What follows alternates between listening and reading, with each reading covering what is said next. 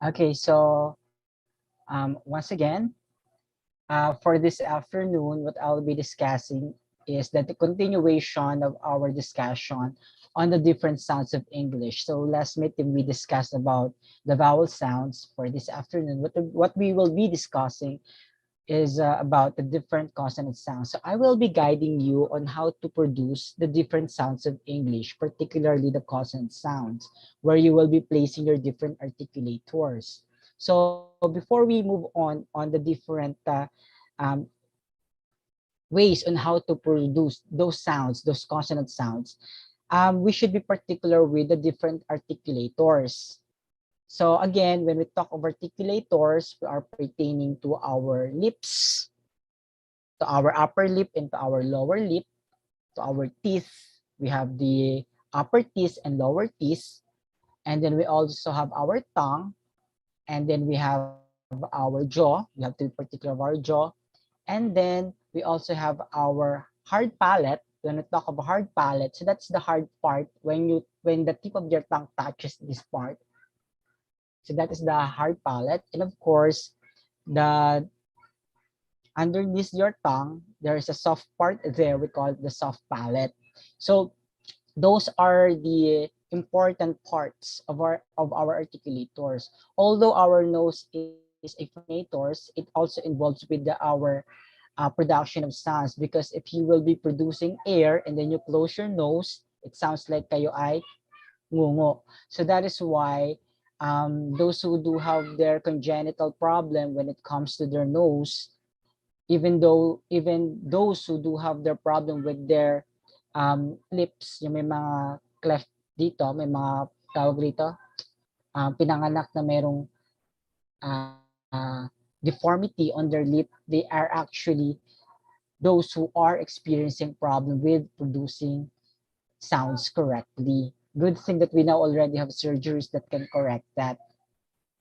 Okay, so it is for that reason that if we are not placing our articulators correctly and then we are releasing the air, there's always a tendency that we will be mispronouncing the sound.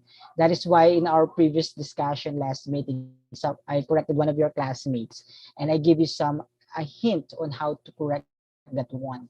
Okay, so there are 44 sounds, 19 plus 25 that make up the sounds of the English. 19 of the sounds were referred to as vowel sounds. That is why in the Philippines, so we say, di ba, A, E, I, O, we all have 4 vowel sounds. But in English, we have 19 sounds. So I only mentioned to you some of the vowel sounds, which I introduced to you last meeting. And also, we have 25 consonant sounds. So what are these 25 consonant sounds? This will be introduced to you later on.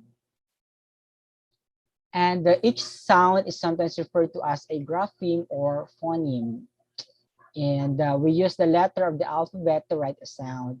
And we also have the so-called International Phonetic Alphabet. And when we talk of the International Phonetic Alphabet, so that is the representation of the different sounds. Although we are seeing letter A there, we're not always pronouncing it as A. Although we see C there, we're not pronouncing it as C, because C, or the letter C, can pronounce as soft and hard C. Okay?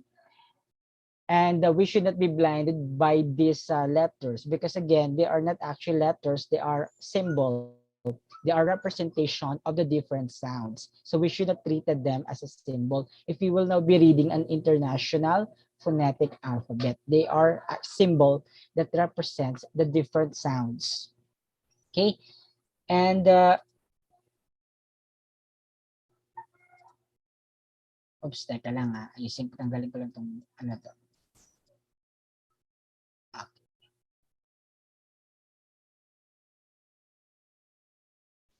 So, there are 70 ways to spell these sounds. Yun yung tinatawag ko sa inyo, parang International Phonetic Alphabet, which we refer to as phonograms. So, different country, different IPA. Because let's say, for instance, in American English, our R is R, but in other country, their R is R, rattling, R. Let's say from Russia, their R is R, but here in the Philippines or in America, our R is R.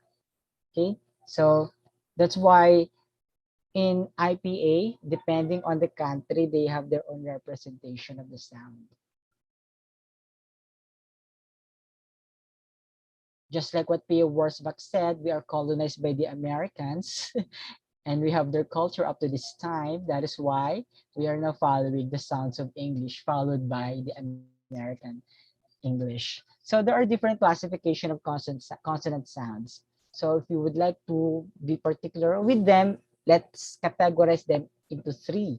So we can categorize the consonant sounds according to voicing, the manner of articulation, and the point of articulation. I'm sorry, it's manner of obstruction, not articulation. Let me correct that one. Manner of obstruction and the point of articulation.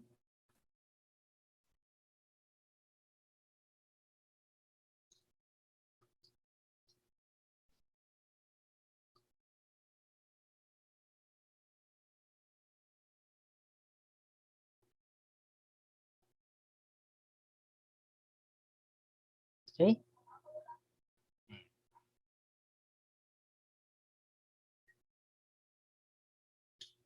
So when we talk of voicing, it is when you touch your Adam's apple here or on your throat, you can feel vibration. So if a sound is producing a vibration sound, it means it is voiced. And when there's no vibration on your vocal cords, that means the sound is classified as voiceless. Okay? So again, if a sound has a vibration on your vocal cords here, and you can feel the vibration, that means that the sound is classified as voiced. If you don't feel any vibration on your vocal cord, that means that is voiceless. That is why when you pronounce the sound of B, you say, we were not pronouncing as B, we pronounce B, B, B. By the way, you can turn on your microphone if you want to, as I discussed it, so that you could reiterate if you want to learn naman. Okay, so when produced with vibration of the vocal cords, let's say B, B, B, you can feel that there is a vibration on your vocal cords. So when you pronounce the sound V, V, V, V, V, V, V, you can feel that there is a vibration. And when you pronounce this symbol, this is the symbol for TH with vibration. That's as in father, father. The sound of Z there, that is the TH, which is pronounced as Z. Okay, when you touch your vocal cords and you pronounce Z, Z, Z, there is a vibration. And of course, the sound of D, D, D, D, and the sound of G, G, G, G. And then the sound of Z, Z, Z, Z, and the sound of ZH, Z, Z, Z. There is a vibration when you are pronouncing this set of sounds. However, when we pronounce the sound of F, this sound, nasaan yung ano ko? I'm looking at the pen. Okay. When you pronounce the sound, parang Gloria Arroyo lang yung peg, there's no vibration. When you pronounce the sound,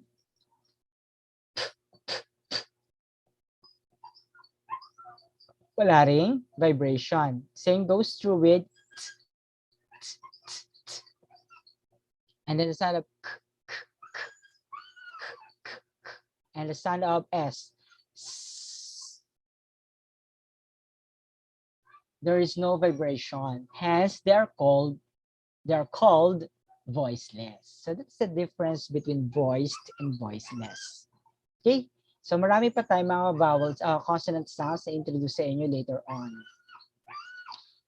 And then let me correct again, the manner of obstruction is not articulation, but the manner of obstruction. This refers to the manner in which the air is produced in producing sounds. Just like what I discussed to you last meeting, that when we are producing sound, we are using the air as our basic unit in order for us to produce sound. Without the air that we are breathing in, it will be difficult for us, or it is impossible for us to produce a sound, because that's a very basic unit in order for us to produce a sound. So the moment that you are releasing air in accordance with the phonators and your resonators, when your phonators, resonators work together, and then your articulators work together, then you're controlling the release of the air. So that is what we call the manner of obstruction. In short, how do we release the air? So there are different ways in order for us to release the air. Okay, so let's discuss them one by one. So the first one is stops. This happens when there is a complete obstruction of the air passage. Meaning to say, hinihinto mo, tapos saka mo binubuga yung hangin. Yun yung tinatawag natin stops, kaya stops. Kasi ini-stop mo, pinipigil mo ang paglabas ng air, tsaka mo siya binubuga. Just like kapag pinunos mo yung sound na you notice that split second, you stop the release of the air and then you explode the release of the air. First step, then you release. Okay, so that is why we call it the stops. Okay, then the second one is B, but we pronounce it when we are referring to a sound as B, B, B. You notice that there is stopping of the release of the air, and there's a complete obstruction of the air passage, and then we explode the release of the air. Same with when we pronounce the sound of t, t, t, t. And then the sound of d, d, d, and the sound of k, k, k, and the sound of j, j, j. Okay, so the sound of p, p, p, and the sound of p, b, b, and the sound of t, t, t, and the sound of d, d, d, and the sound of k, k, k, and the sound of g. Yeah, so you notice, nag-just chant na ako. Okay? So you'll notice that hinihinto natin yung pag-release ng air, saka natin siya binubuga. Okay? And then we have the fricatives. So there is a partial obstruction of the air passage, but there is a certain hissing sound when you are releasing it. It is called fricatist because it seems like that the air is somehow creating a friction inside our mouth. Okay, it's kaya siya tinawag na fricatives. So when you pronounce the sound, so you'll notice when you pronounce this sound,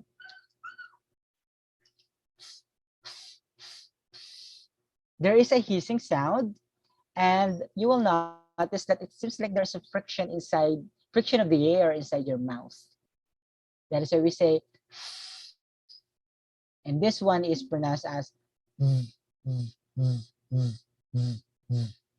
and this one is pronounced as similar to how we pronounce the word earth. Siya yun. Earth. The sound that you hear sa earth na siya yun. And then this one, TH, basta ito ay mga TH ito, TH. Na ang sound niya ay, ito rin ay TH. Pero ang sound naman niya is with vibration, just like father, z. Yung isa ay, z. Okay? Wag niyo siyang itutulad sa D sound kasi ang ating indicator diyan is the letter T and H. And then obviously we have the sound of S. The sound S, and then the sound Z. This one is the sound of a combination of S and H. So it is pronounced as sh, as in shampoo. Okay. This one is ZH. Kumbaga, parang sila ni sh. Kaya nga lang ito, lalagyan mo lang ng vibration. Ito, walang vibration. Ito may vibration. Sh, sh. Paglagyan mo siya ng vibration, sh, sh, sh, sh, sh, sh. Siya ito. And then ito, just open your mouth. Glottal kasi siya, ibig sabihin, glottis lang natin dumadaan yung hangin. Yung glottis, yan yung parang umaano dyan, yung pag namamaga, pag meron kayong tonsillitis. Yan, glottis. Yung gumagalaw-galaw dyan sa gitna ng inyong lalamunan. So, dun siya dumadaan. Kaya siya tayo nag-glottal lang siya. Ganun lang siya. So again, these are the different sounds that are produced through fricatives. Then,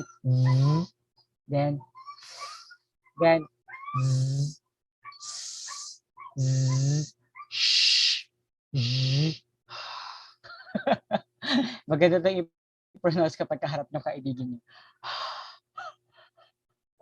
Okay. The next one is affricates. So we talk of affricates is a combination of stop and fricatives.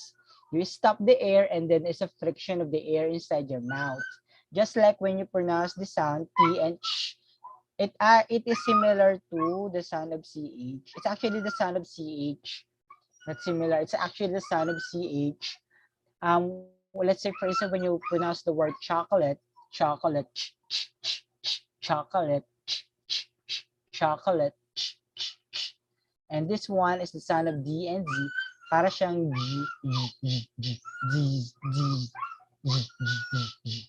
okay? Actually, commonly ito yung madalas natin gamitin. The sound of So affricates again is a combination of the stops and then the fricatives. And nasal, these are the sounds that are produced through your nose. Okay? So kung tawagin natin sa kanya ay mga nasal sounds. So they are produced when the air releases or passes through your nose. Okay, let's say and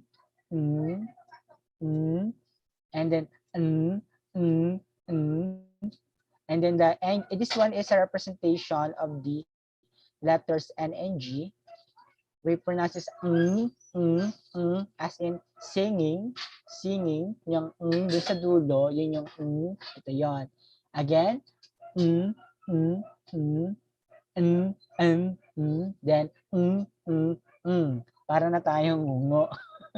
Kaya nasal kasi siya. Kaya if you close your nose and then you pronounce this, macho-choke ka. Kasi walang paglabasan ng hangin. Okay, that you cannot produce the sound if you close your nose. Okay, it is impossible for you to produce these different sounds. So again, it is and then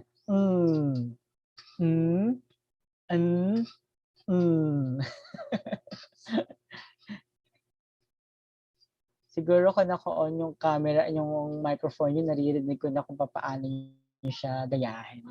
Okay, when we talk of lateral, when air passes along the sides of the tongue in its production, it is called lateral because imagine this is your tongue inside your mouth, and then the air passes on both sides. So nagbablock yung air dito at yung air dumadaan sa gilid. Kaya siya tinawag na lateral. Just like when you pronounce the sound, O. Okay? O.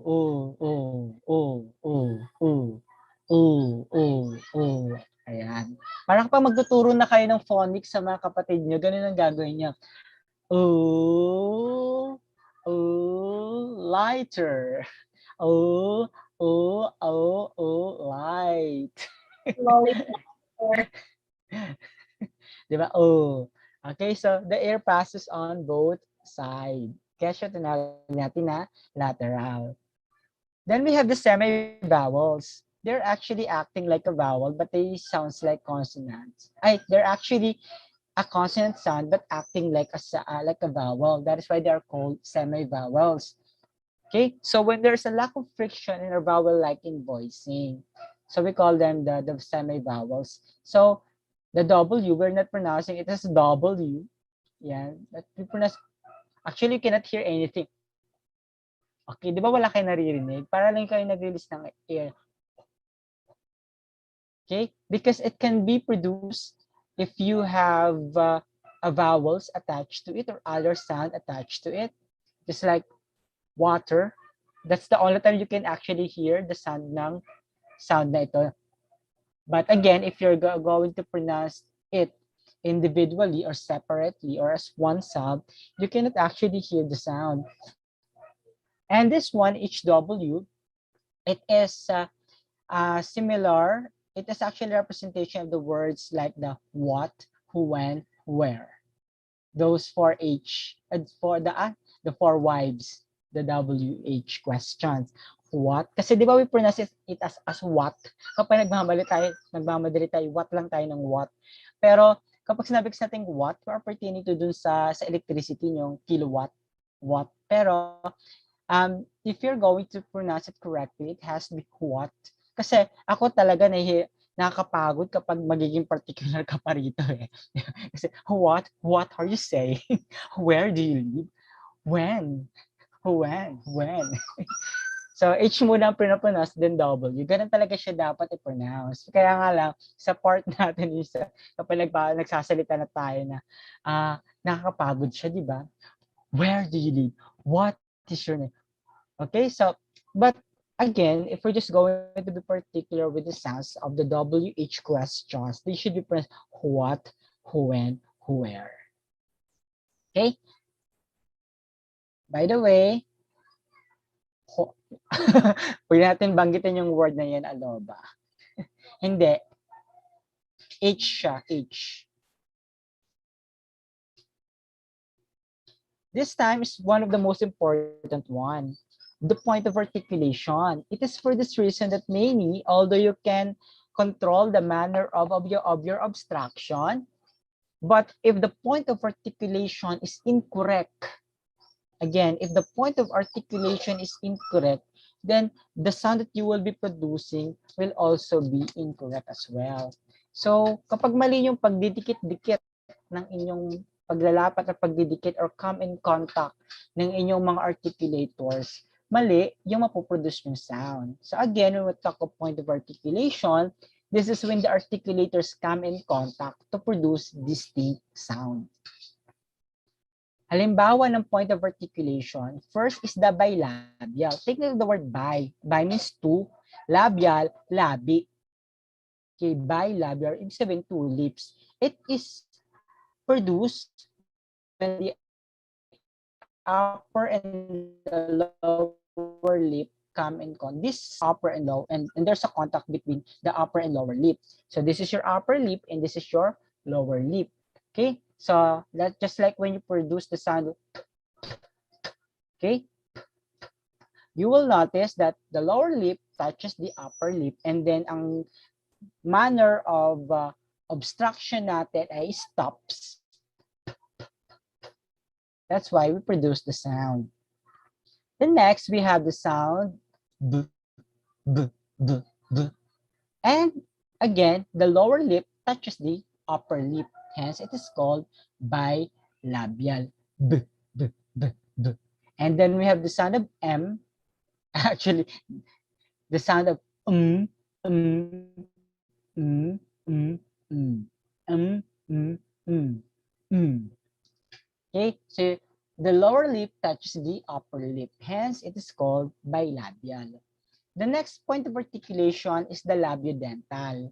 It is produced, those sounds are produced when the upper teeth come in contact with your lower lip. Tinatawag namin nga itong Gloria Arroyo sound because when you pronounce this sound, you have to put your lip on your upper teeth, just like this one. Okay? And ganyan kayo. Di ba? So, when you're pronouncing the sound, lower lip touches the upper teeth.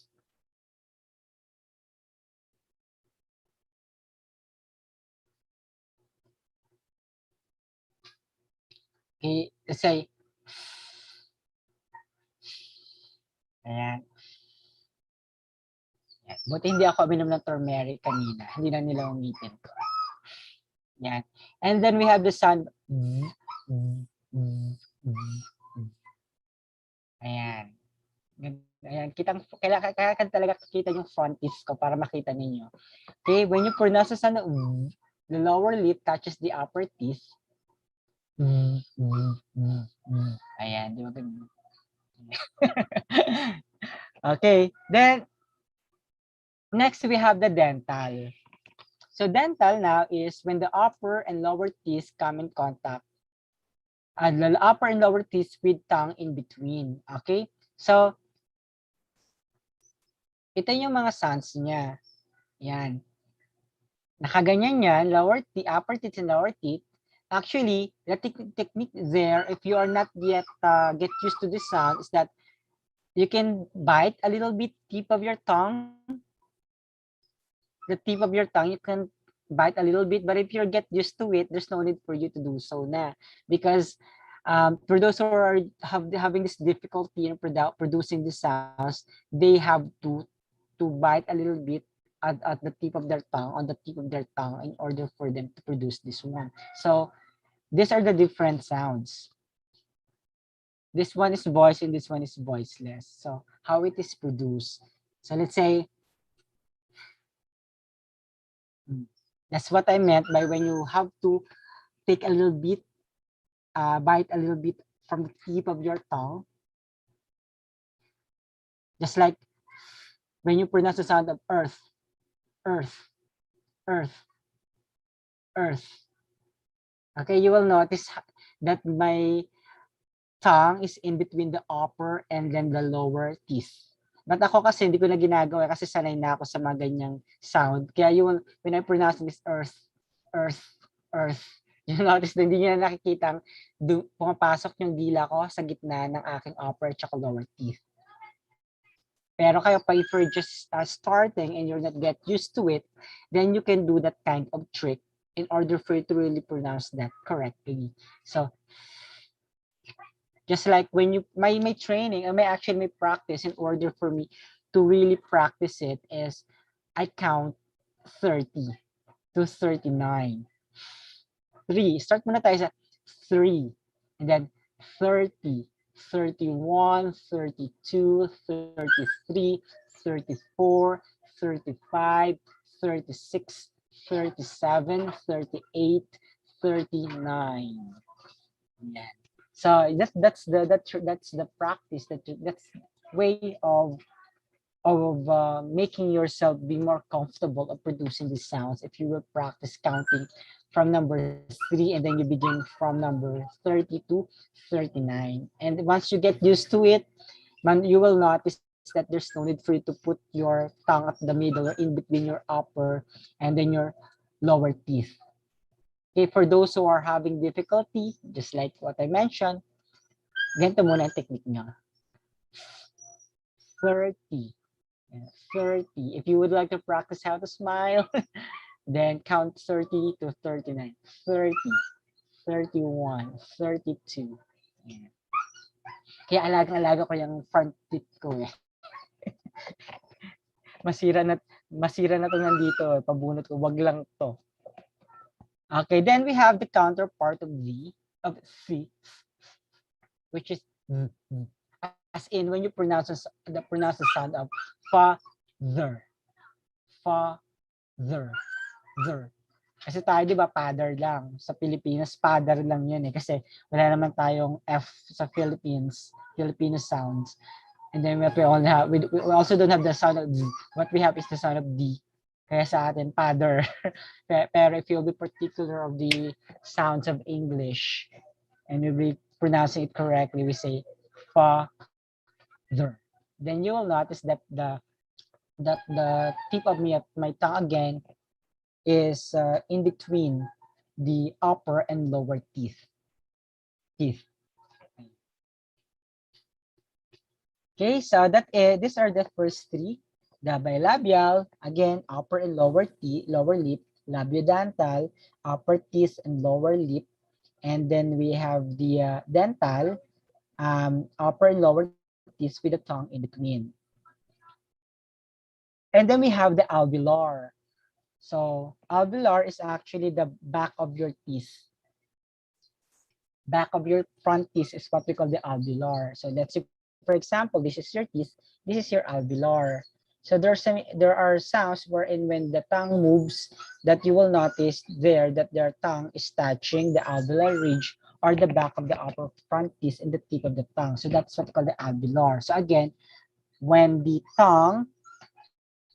tip of the tongue touches the back of the upper front teeth, that is what you call the alveolar. Just like when you pronounce the sound, again, when you pronounce, let's say for example, this is your teeth and then this is your tongue, you will notice that the tip of the tongue is touching the back of your upper front teeth. Okay.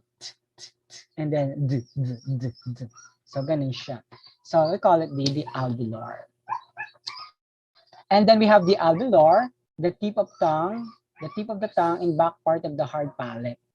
Okay, so let's say when you pronounce as an you will notice that your tongue is curling. And then let's say for example, this is the hard palate, and this is your tongue. And then when you pronounce the sound of the you will notice that it is touching the hard palate. So it is a post-alveolar. Okay, so again, alveolar when the tip of the tongue touches the front teeth. Just like that one. Okay, so post-alveolar when the tip of the tongue touches the back part of the hard palate. Okay.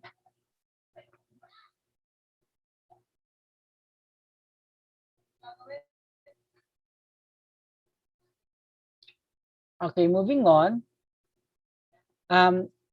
We also have the palatal. Okay, when we talk of palatal, the tongue arcs towards the hard palate. The tongue arcs toward the hard palate, just like when you pronounce that shh, shh. Okay? You will notice na nagka-curve siya, nag-arc kasi arc. Okay? Let's say for example, this is your tongue. Shh, shh. You will notice that the tongue is making an arc